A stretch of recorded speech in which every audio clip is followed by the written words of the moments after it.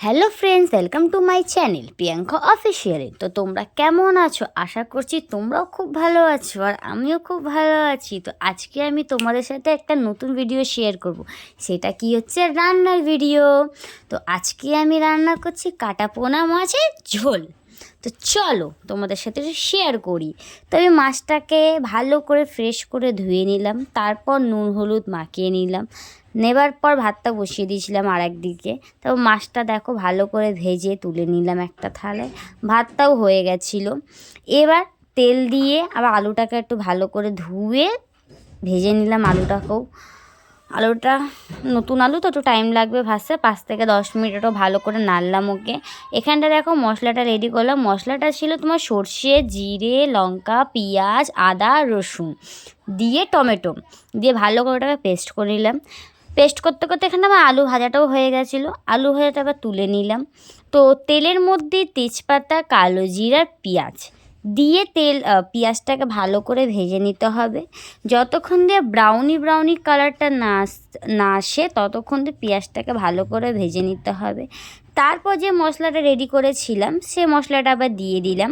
সে মশলা দিয়ে ভালো করে নাড়াতে হবে। যতক্ষণ দিয়ে মশলা থেকে তেল না বেরোয় ততক্ষণ দিয়ে মশলাটাকে ভালো করে নাড়াতে হবে। তারপর ওর মধ্যে নুন, হলুদ, লঙ্কা দিয়েছি আর একটু সামান্য কালার দিয়েছি, যে কালার আনার জন্য, আর একটুখানি চিনি দিয়েছি। দেবার পর ভালো করে এটাকে নাড়ালাম। 2 থেকে ম্যাক্সিমাম 5 থেকে 10 মিনিট আপনাদেরকে নাড়াতে হবে। তো নাড়ার পর দেখবে তেল এমনি ছেড়ে যাবে। তারপর আমরা কড়াইশুঁটি দিয়েছি, তারপর একটু আলু দিয়েছি আর দুটোকে মিক্স করে আবার একটু ভালো করে নাড়লাম 10 থেকে 5 মিনিট। নাড়ানোর পর দেখো আমি নাড়ছি।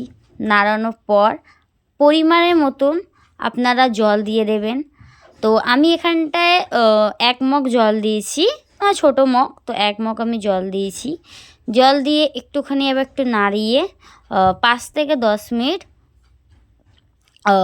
ফ্লেমটাকে একটু জোরে করে ঢাকা দিয়ে রেখে দিতে হবে, ঠিক আছে?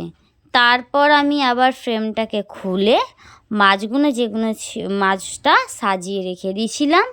তো দেখো মাছগুলো আমি সাজিয়ে দিচ্ছি। তারপর আমি ফ্লেমটাকে বন্ধ করে দিলাম। বন্ধ করার পর তারপর আমি এবার খেতে বসেছি। তো দেখো, তো আমি খেতে বসেছি।